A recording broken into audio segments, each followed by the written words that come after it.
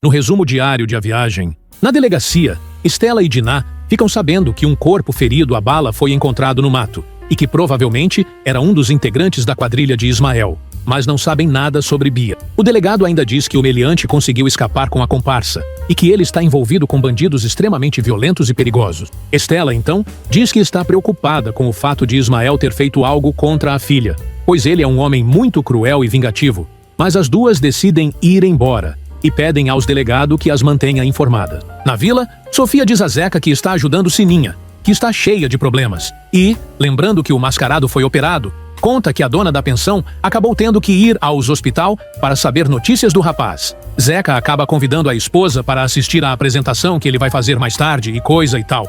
Mas a garota tem outra ideia em mente e decide contar um segredo aos Sofia então confessa: "Eu realmente não sei quem era o pai do meu filho. É verdade. No início, eu levei na brincadeira. Eu achava tão romântico encontrar com um cara no escuro. Mas depois, ele era tão carinhoso, eu acabei me apaixonando por ele. A minha mãe acha que é um cafajeste, um cara casado. Mas eu não acredito." Sem graça, mas tentando disfarçar, Zeca pergunta: "Bom, você não via, né? Mas sentia. Sei lá, o contato, o cheiro, a intuição. Ninguém pode enganar.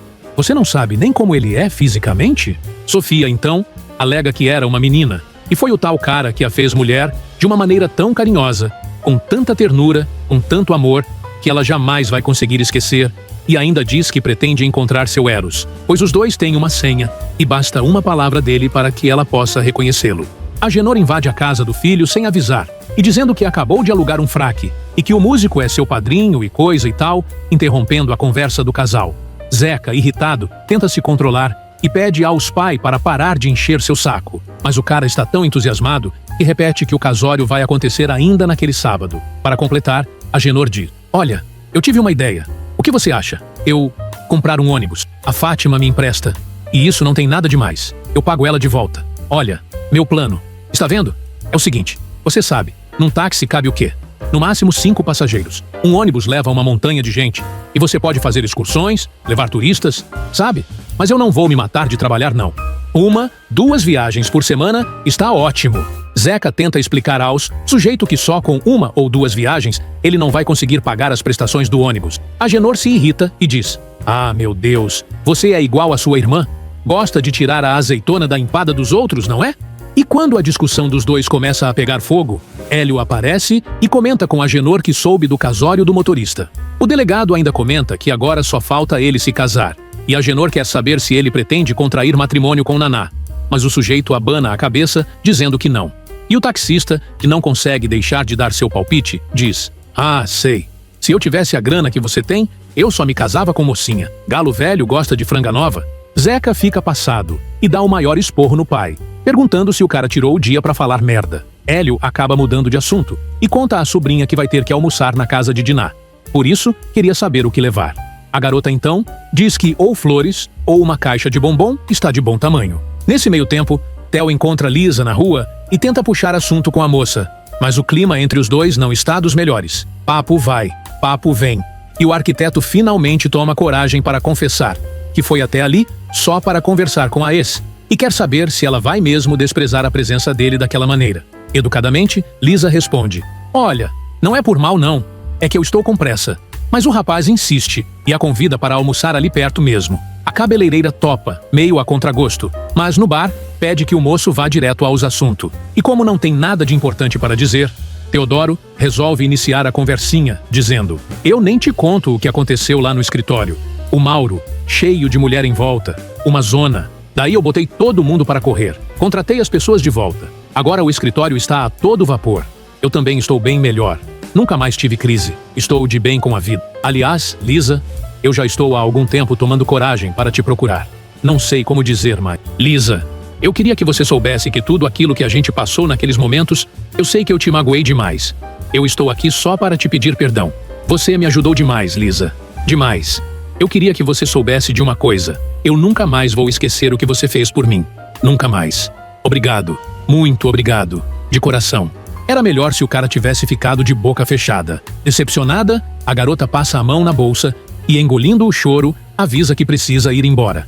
Nesse meio tempo, Hélio e Josefa chegam à casa de Dinah. O sujeito conta que vai ter que passar na fazenda, pois estão com problemas com a seca e coisa e tal. Mas Theo aparece com a maior cara emburrada, deixando todo mundo preocupado. Dinah resolve falar com o ex para tranquilizar a galera, mas, quando chega no quarto, encontra Teodoro furioso que grita: "O que esse cara pensa em vir aqui e me chamar de filho? Quando eu mais precisei na vida dele, ele não estava. Eu posso aceitar esse cara vir aqui e dar de paizão? O que é isso?"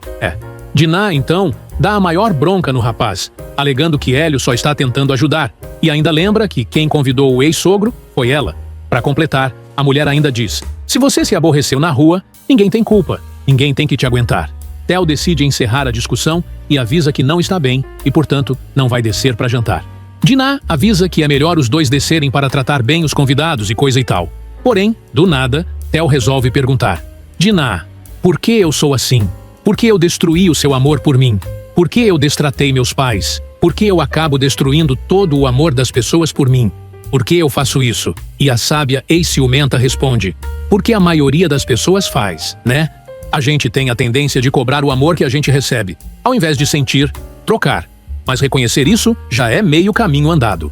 No hospital, Sininha cava uma vala no chão de tanto andar de um lado para o outro, enquanto Tibério, aos lados da janela, está imóvel. A dona da pensão acaba explodindo e diz: "Quer fazer o favor de parar, hein? Está me deixando tonta. Que coisa!" Notícia ruim vem depressa.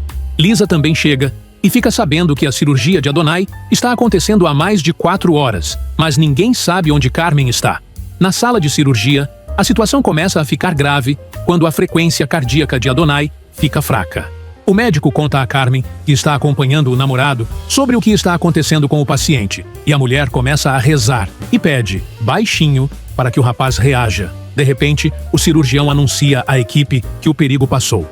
Nesse meio tempo, Edneia, depois de passar pela guerra de comida que a meninada fez na casa de Adonai, enquanto ela atendia o telefone, resolve dar uma aula de matemática, prometendo ensinar um truque para calcular que vai evitar que alguém passe a perna neles. As crianças, curiosas, querem saber como a mulher faz as contas tão rápido, e ela conta que é por causa de um truque japonês que aprendeu, mas só vai contar se eles ficarem quietinhos. Edneia avisa que quem não quiser aprender pode ir embora, e começa a debandada. Sofia vai entregar os recibos das contas que pagou para Sininha na pensão e Padilha resolve puxar conversa com a moça. A garota decide arriscar e pergunta se ele é o tal Eros, mas o rapaz nem sabe do que a menina está falando.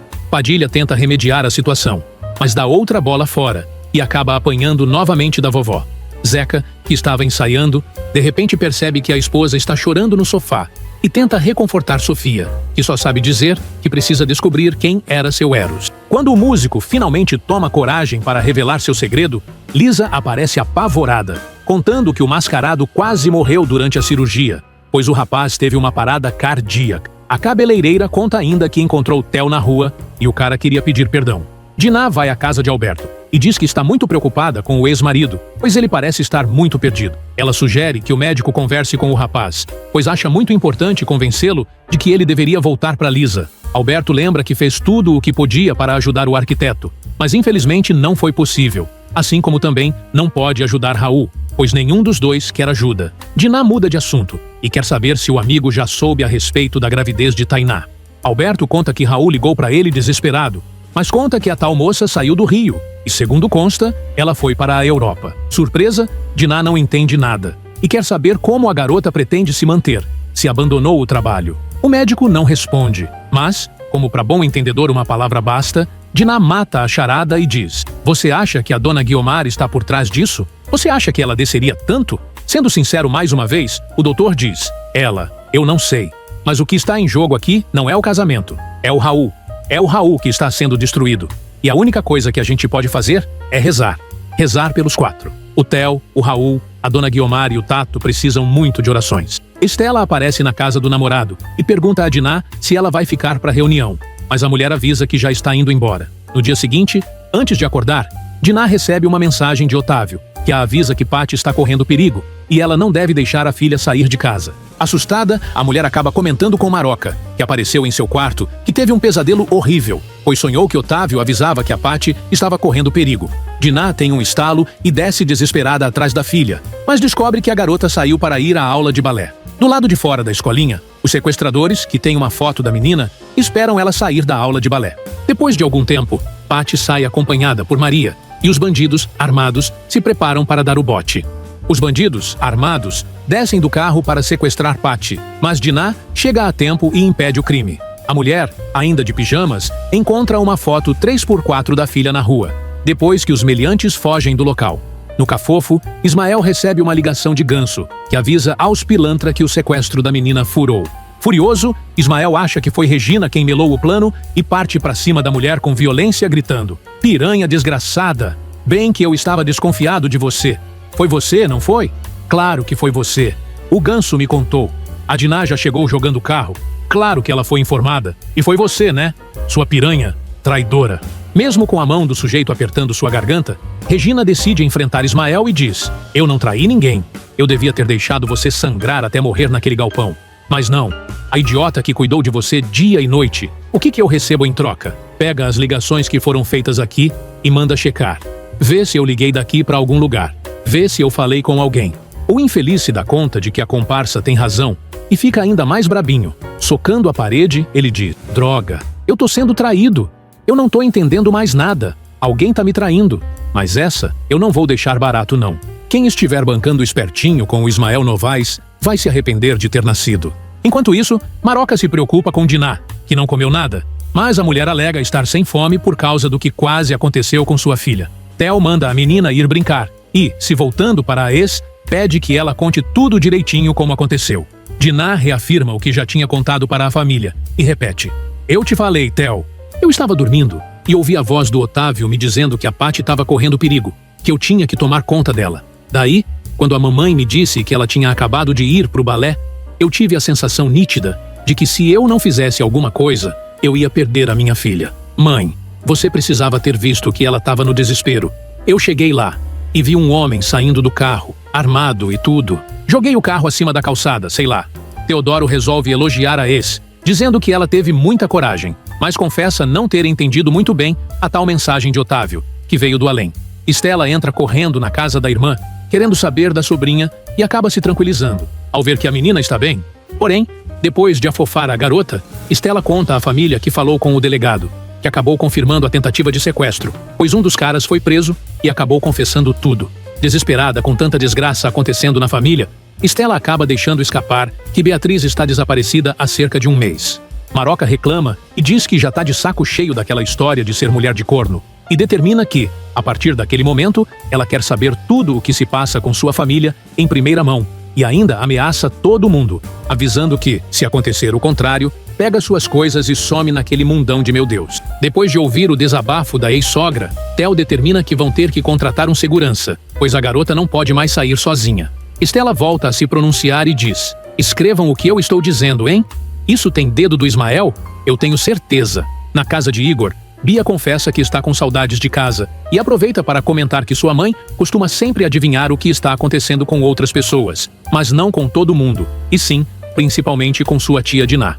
A garota ainda diz que sua tia sempre foi muito importante para ela, mas, depois de tudo o que aconteceu, ela deixou de ocupar esse espaço em sua vida. Depois de darem boas risadas com as histórias da menina e sua tia, Igor pergunta se não está na hora de Bia voltar para casa, mas faz questão de deixar bem claro que não está mandando a garota embora, e por ele, ela pode continuar ali o tempo que quiser. Porém, o escultor resolve dar um conselho e diz: "Só acho que você deve ouvir o que seu coração tá pedindo." Ele fala: "Sabia? Tenta escutar. Ele é mais sábio que essa cabecinha." Enquanto isso, na casa do falecido, o assunto é a tentativa de sequestro de Patty. Glória pergunta a Alberto qual seria o motivo do crime, mas o médico diz que não faz ideia. Porém, a polícia está investigando. Tato, que já está tomando, resolve se meter na conversa e diz: "É bem feito. A Dinah tem essa mania de enfrentar todo mundo, levantando a possibilidade de que a tal tentativa de sequestro pode ter sido por vingança." Queiroz aparece por ali, e Tato, irritado, resolve criar encrenca e diz: "Já saquei. Primeiro o Alberto chega querendo conversar comigo, e aí o xerife aparece. Por acaso, vocês combinaram, né?" Alberto acaba admitindo que o rapaz está certo e diz: "Eu pedi que o Queiroz viesse aqui porque nós temos um assunto muito importante para tratar com você." O moço avisa que não pretende ficar para a tal conversinha, alegando que não tem nada para tratar com os dois. Mas o médico endurece e diz: "Se eu fosse, você ficava, Tato. É assunto do seu interesse. Depois você não vai dizer que eu não avisei." O garoto, metido à besta, convida os dois para irem até seu escritório. Mas, segundos depois da conversa começar, ele já está todo descabelado, alegando que aquilo tudo é um complô. Apesar de o advogado tentar explicar que nem ele, nem Alberto, têm a intenção de prejudicar o rapaz, Tato não aceita a desculpa e grita: "Qual é que é, Queiroz? Você chega aqui em casa na maior cara de pau e diz que cancelou os cartões de crédito da firma, que não vai pagar os meus cheques especiais, e não tem nada contra mim? Qual é, Queiroz?" Indignado, o sujeito afirma que foi forçado a tomar aquela atitude, pois, por diversas vezes, tentou conversar com o rapaz, mas ele não quis escutar. Não adianta nada. O playboy continua vociferando, dizendo que o dinheiro é dele e pode torrar tudo como bem quiser e bem entender. Alberto perde a paciência e lembra que o dinheiro aos qual Tato está se referindo não é dele e pertence aos patrimônio deixado por Otávio para seus 2 filhos. O mimadinho decide enfrentar o padrinho, dizendo que ele não tem que se meter em assunto que não lhe diz respeito, mas Queiroz defende o médico, alegando que foi ele quem pediu a Alberto para participar daquela conversa, pois ele é o tutor de Dudu. Só para deixar bem clara a situação, o advogado afirma: "E como administrador do espólio do seu pai, eu acho que uma criança está sendo lesada." Mais uma vez, Alberto tenta conversar com o afilhado, dizendo que ele tem gasto um absurdo de dinheiro e comenta: "Mas é inacreditável. Quando o Queiroz me mostrou, eu fiquei pasmo. Tem famílias que vivem um mês inteiro com o que você gasta. Numa noite, você sabia?" Tato, ainda mais irritado, chama Alberto de medíocre. E só para ofender ainda mais o sujeito, ele diz com cara de desdém: "Você fica com essa pose de solteirão santinho. Você vive enfurnado dentro de um hospital. Vive enfurnado dentro de casa. Você não tem a menor noção de como se gasta dinheiro." Mas a coisa é bem mais séria do que Tato está pensando. E Alberto decide jogar limpo, avisando que o que está em jogo ali é o futuro de uma criança que não pode se defender. Queiroz toma a palavra e, para deixar o preto no branco, avisa que tomou todas as medidas cabíveis dentro dos mecanismos de controle que seu pai lhe deu. E por isso, a partir daquele momento, o rapaz vai receber uma quantia fixa.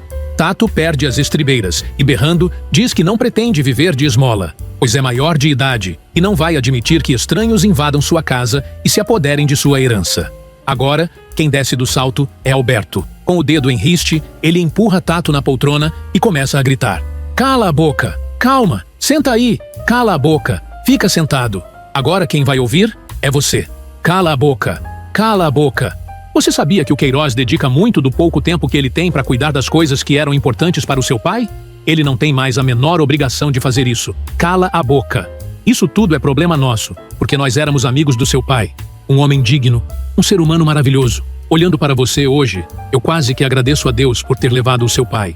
Iria ser muito triste para ele ver a sua degradação física e moral. Eu vou aproveitar para te avisar que da próxima vez que você ousar tocar no fio de cabelo do seu irmão, eu, como responsável pelo Eduardo, abro o processo contra você e provo no juizado de menores a sua vida indigna. Escreve o que eu estou te dizendo, Tato. Eu faço você sair dessa casa. Eu fui bem claro. Adonai começa a melhorar depois da cirurgia e dá a Carmen cheques em branco para que ela tome conta das coisas em sua casa. Tibério aparece para fazer uma visitinha aos amigos e fica feliz em saber que ele está bem. Nesse meio tempo, no escritório de arquitetura, o papo é sobre o quase sequestro de Patty.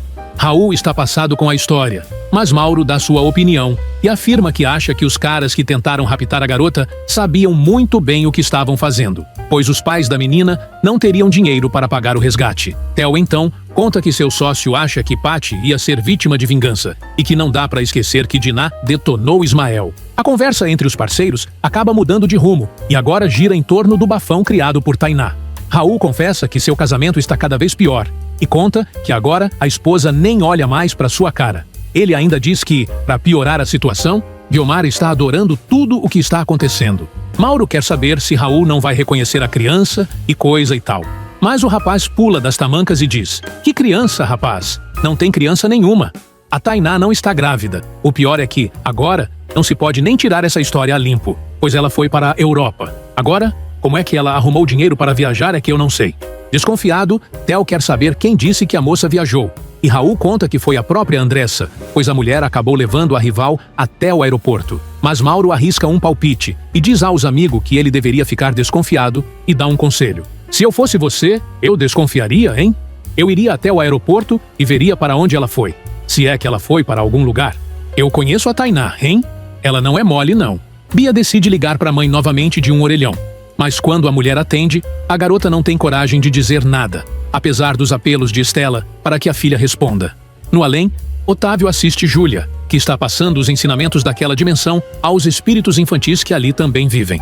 Na Terra, a garotada está fazendo a maior bagunça na casa de Adonai e conseguem tirar até Tibério do sério. Hélio aparece e diz que precisa conversar com o amigo, enquanto Bárbara assume o controle da meninada, avisando que vai ter um prêmio para a pipa que subir mais alto. Na casa de Zeca, Sofia aparece lindíssima para acompanhar o marido em sua apresentação, deixando o rapaz simplesmente embasbacado.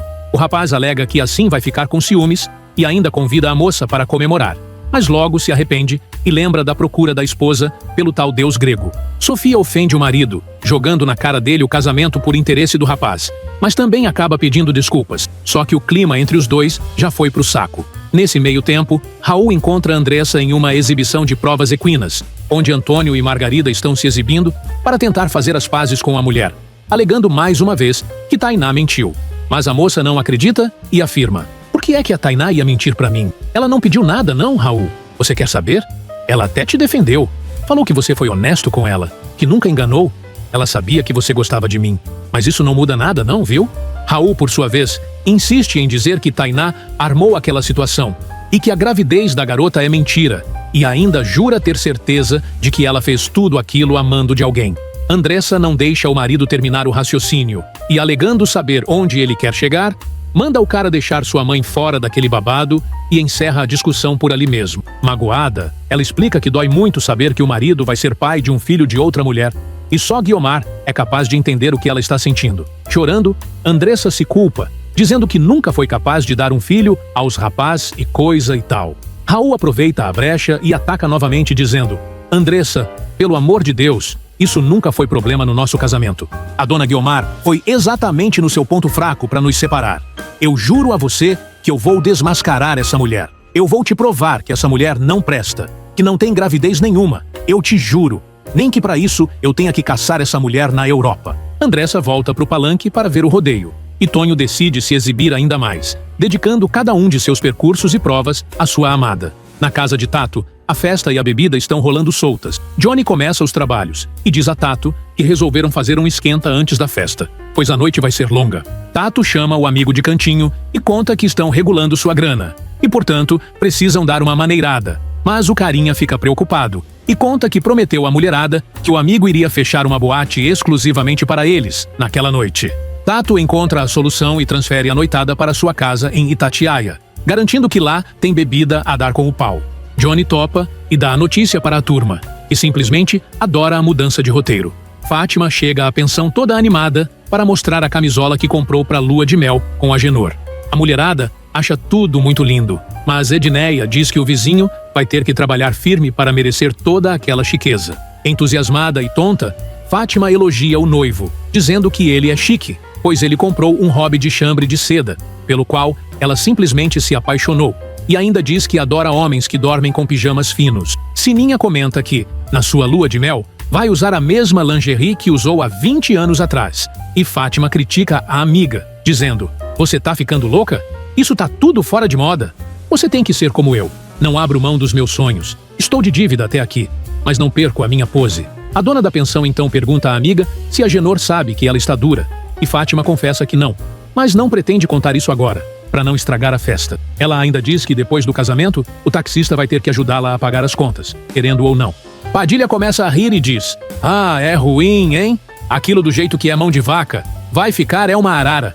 Enquanto isso, na cidadezinha do interior, já é noite quando o rodeio acaba e Tonho leva Andressa para um boteco local. A mulher, depois de tomar algumas, continua batendo na mesma tecla, dizendo que não pode ser mãe, que adotar não é a mesma coisa, que quer um filho dela e blá blá blá.